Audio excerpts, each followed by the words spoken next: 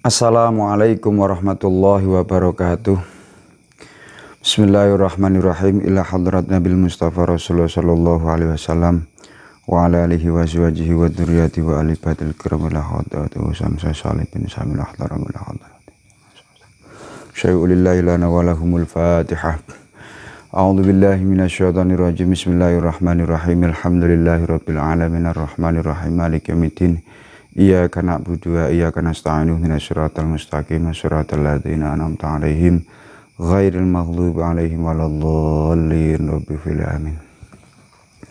Bismillah, alhamdulillah, wassalatu wassalamu ala rasulillah la nabiyya ba'da, la haula wa la quwata illa billah. Faqala rabbi shrah li sadri wa yassir li amri wahlul 'uqdatam min lisani yafqahu qawli, amma ba'd.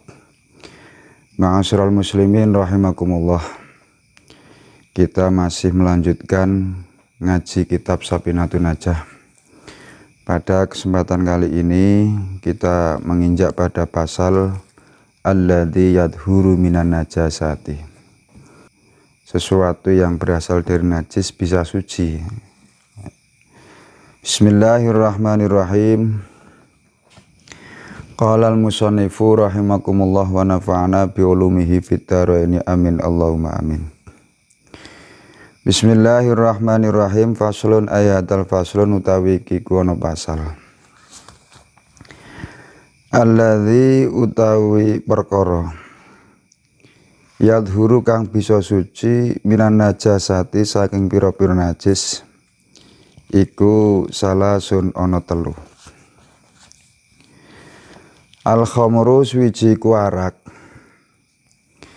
Idza takhallalat nalikane dadi cukak apa arak binafsiya kelawan awak dhewene arak. Wajildul maitati lan kulite bathang. Idza tubigha nalikane den samak apa jildun. Wa malan perkara sara kang dadi apa mah dadi iku hayawan hewan. Jadi pasal ini menerangkan tentang sesuatu yang asalnya najis bisa menjadi suci. Itu ada 3 macam atau 3 perkara. Yang pertama adalah al-khamru atau arak. Arak bisa menjadi suci manakala dia berubah menjadi arak, manakala dia berubah menjadi cukak dengan sendirinya. Jadi sekali lagi bahwa arak bisa menjadi suci manakala dia berubah menjadi cukak dengan sendirinya. Maka dia ketika sudah menjadi cukak dia suci. Berikutnya wajildul mayitati idza tubigha. Kulit batang. Yang namanya batang itu kan najis.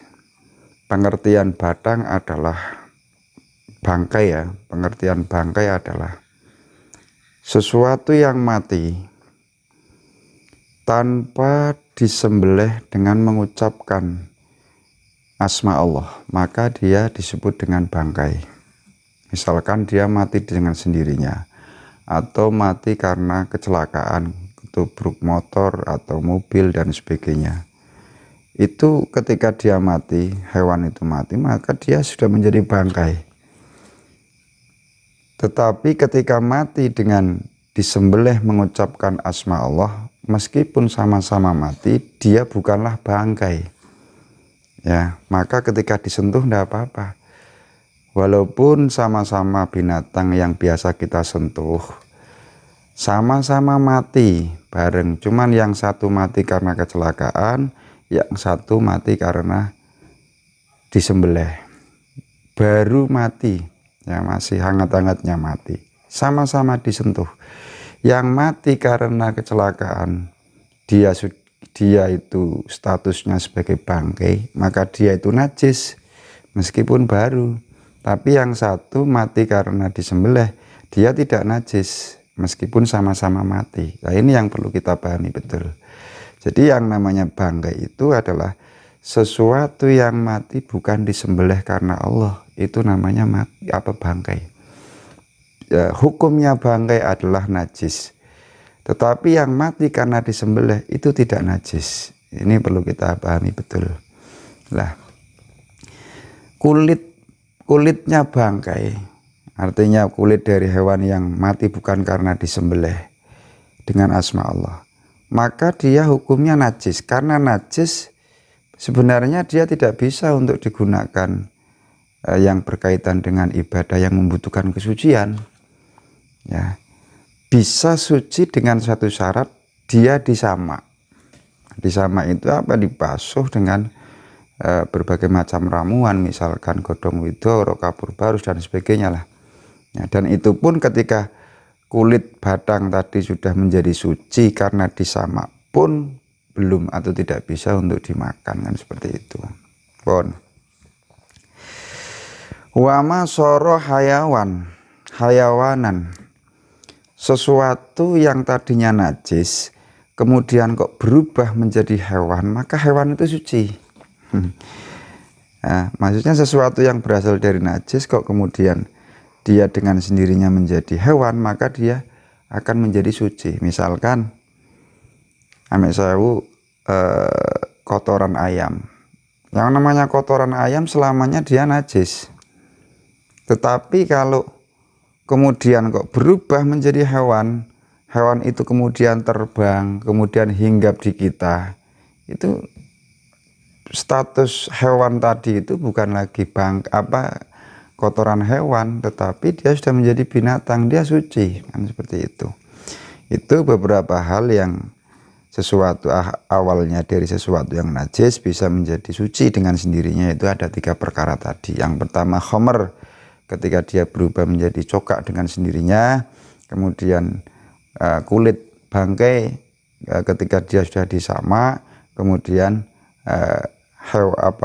najis yang dengan sendirinya kemudian berubah menjadi hewan, kan seperti itu menjadi suci. Bon. Faslun ya dal faslun utawi kiku ono pasal. An-najasatu utawi pira-pira najis iku salasun ono 3. Mughalladatun suci ku najis mughalladah, wa mukhaffafatun lan najis mukhaffafah, wa mutawassitatun lan najis mutawassithah. Al mughalladatu tawi najis mughalladah iku najasatul kalbi, najise asu, wal khinziri lan najise celeng, wa far'i ahadihima lan pranaane salah swijine asu lan celeng. Wal mukhaffafatu tawi najis mukhaffafah iku baulu sobi, uyuwe bocah lanang, alladzi kang lam yat'am kang durung mangan sapa sobi, ghairul labani sakliyane puan atau susu, air susu ibu. Walam yablu lan durung tumeka, walam yablughil haulaini lan durung tumeka umurung taun. Wal mutawassitatu tawi najis mutawassita iku sairun najasati, sekerine pira-pira najis. Pasal berikutnya adalah najis, terkait dengan najis. Najis itu macamnya ada 3. Yang pertama adalah mughalladatun, najis mughalladah, wa mukhaffafatun lan najis mukhaffafah, wa mutawassitatun lan najis mutawassithah. Najis mughalladatun itu artinya najis yang tergolong najis berat. Najis mukhaffafah itu tergolong najis yang ringan, dan mutawassithah itu tergolong najis yang sedang-sedang. Nah, berupa apa najis mughalladah? Al mughalladatu najasatul kalbi wal khinzir. Yang pertama bahwa najis mughalladah itu adalah najisnya anjing dan babi. Wa far'i ahadihima dan salah satu dari keturunan kedua hewan tersebut. Nah, meskipun di dalam perkawinan kedua hewan tersebut itu dengan hewan yang dimuliakan, misalkan antara anjing dan kambing misalkan. Kok terjadi perkawinan, kemudian lahir salah satu di antara hasil perkawinan itu, maka meskipun rupanya kok rupa kambing, kalau memang diketahui betul bahwa kambing itu kawin dengan anjing, maka meskipun rupanya kok rupa kambing itu, maka kambing itu tergolong atau dimasukkan dalam hukum najis mughaladhah. Kan seperti itu. Meskipun mungkin jarang, tapi barangkali ada kan, barangkali ada. Nah, yang kedua adalah wal mukhafafatu baulus sabiyil ladzi lam yat'am ghairal labanin wa lam yablughil haulaini. Yang kedua adalah najis mukhafafah.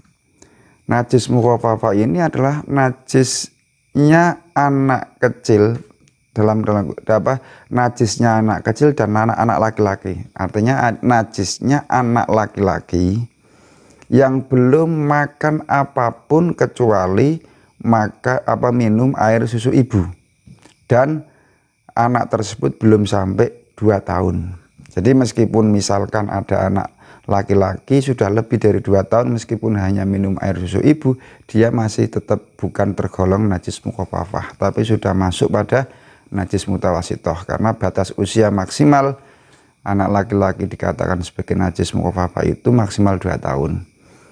Nah, lantas bagaimana kalau anak laki-laki yang belum umur 2 tahun tetapi sudah makan makanan lain selain air susu ibu? Ya sudah tidak lagi najis mukhafafah, dia sudah masuk najis mutawasitoh, kan seperti itu. Nah, ya ini ya. Lah lantas kalau anak perempuan bagaimana? Kalau anak perempuan meskipun baru 1 bulan 2 bulan itu sudah masuk kategori najis mutawasitoh, bukan lagi mukhafafah. Karena di sini yang dimaksud najis mukhafafah itu hanya air kencingnya anak bayi laki-laki yang belum berusia 2 tahun, yang belum berusia 2 tahun dan belum makan makanan selain makanan susu air susu ibu, kan seperti itu. Nah, yang terakhir adalah wal mutawassitatu sairun najasati. Yang terakhir adalah najis mutawassitoh adalah selain dari 2 kategori najis tadi.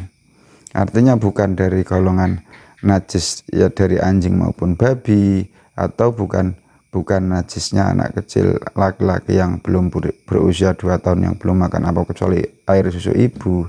Lah, selain itu dikategorikan sebagai najis mutawassitoh, yang dalam bahasa Indonesianya disebut najis yang tengah-tengah. Tentu dari penggolongan 3 kategori najis ini tentu ada konsekuensi di dalam bagaimana cara mensucikan. Tentu satu sama lain itu berbeda-beda. Insya Allah akan kita jelaskan pada pertemuan yang akan datang. Akhirul kalam. Al-Fatihah. A'udzubillahi minasyaitonir rajim. Bismillahirrahmanirrahim. Alhamdulillahirabbil alamin arrahmanirrahim maliki yaumiddin. Iyyaka na'budu wa iyyaka nasta'in. Ihdinas siratal mustaqim. Siratal ladzina an'amta 'alaihim ghairil maghdubi 'alaihim waladdallin. Amin. A'udzubillahi minasyaitonir rajim. Bismillahirrahmanirrahim. Alhamdulillahirabbil alamin. Hamdan syakirin hamdan na'imin hamdan yuafi ni'amah wa yukafi masyidah. Ya Rabbana lakal hamdu kama yanbaghi li jalali wajhika wa 'azimi sultanik. Allahumma anfa'na bima 'allamtana wa 'allimna ma yanfa'una warzuqna 'ilman nafi'ah. Rabbana dzalamna anfusana wa lam taghfir lana wa tarhamna lanakunanna minal khasirin. Rabbana atina fid dunya hasanah wa fil akhirati hasanah wa qina adzabannar. Wa sallallahu ala sayyidina Muhammadin wa ala alihi wa sahbihi wa barik wa sallim. Subhana rabbika rabbil izzati amma yasifun wa salamun alal mursalin walhamdulillahi rabbil alamin. Taqabbalallahu minkum wal 'afu minkum wallahul muwaffiq ila aqwamit thoriq. Assalamualaikum warahmatullahi wabarakatuh.